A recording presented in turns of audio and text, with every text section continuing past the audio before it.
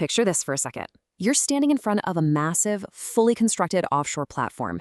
It's an absolute marvel of engineering. The steel is gleaming, the heavy lifts are done, and honestly, it looks 100% ready to go. Your brain naturally tells you, wow, they nailed it. Project finished. But is it really? Well, here's a massive reality check. 47,000. That is the number of outstanding tasks. Because behind all that shiny new steel of this finished-looking topside, there is a literal mountain of hidden work standing between you and the finish line. We're talking 47,000 individual open items, tests and checks that absolutely have to be resolved before this facility can do what it was actually built to do. And this hits right at the core of this explainer. Looking finished is not the same as being complete. Physical construction just doesn't equal mechanical completion. A built structure isn't genuinely finished just because it casts a massive shadow or because the welders packed up and went home.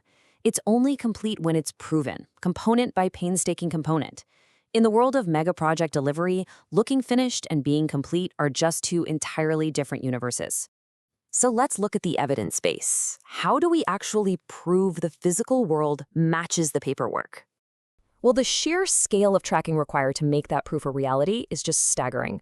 From the absolute smallest valve hidden away in a dark corner to the main power cables running right across the deck, every single item needs an individual ITR. That's an inspection test record. You can think of it like a highly detailed digital report card for every single component. It's got the exact tag number, the specific test they ran, the result, a physical signature taking accountability, and the date. And here is the absolute non-negotiable rule you have to live by. No ITR, it didn't happen. Seriously, without that documented, signed evidence base, no client rep is ever going to accept the work. You could have the most beautifully installed instrument on the planet, but if the paperwork proving it was tested is missing, it literally doesn't exist when it comes to project handover. Now, at the scale of these mega projects, you obviously can't manage tens of thousands of ITRs on a spreadsheet. You just drown in the data. That's why we rely on completion management systems. WinPCS is a huge standard here. WinPCS is your single source of truth. It registers and tracks every single ITR, letting teams filter the whole database by system, subsystem, and discipline. And most importantly, it draws a hard, digital line separating what is actually finished and proven from what people just optimistically believe is finished. All right, moving on to punch killing. This is where we get into the systematic closure of nonconformities. Let's break down how defects are actually handled, because you really can't treat every issue with the same level of panic. First, you've got A items. These are your gate blockers. They absolutely must be closed before mechanical completion can be declared. Then you have B items. These are non-critical, meaning they can safely be carried over into the next phase, which is commissioning. We categorize them this strictly to stop trivial issues from freezing a project in its tracks, while making sure the truly dangerous or critical issues are never ignored. But listen, here's a super common, incredibly dangerous trap that teams fall into. 1,000 small A items will literally hold an entire system hostage. Human nature is tricky, right?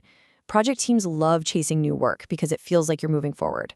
But if they let that critical A-list just sit there and grow while they go off building new things, they're marching straight into a brick wall. Those gate-blocking items will eventually bring the entire handover process to a dead stop. If that sounds a little abstract, think about it like a house purchase survey.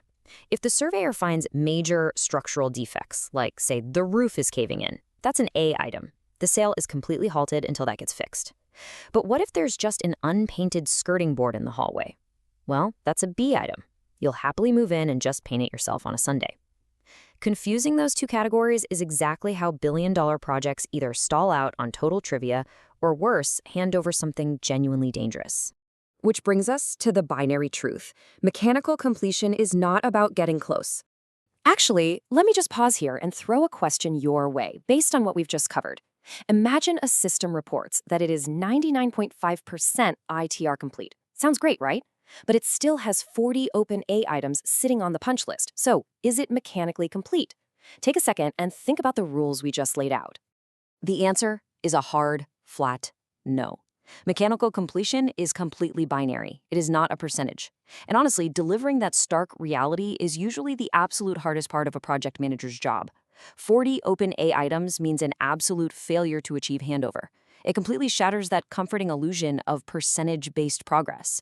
In this world, you're either complete or you're not. There's literally no such thing as almost done. There's a quote that perfectly nails the essence of this trap. The fact that it feels complete at 99.5% is precisely the psychological trap that lets projects declare victory and then fail the handover audit.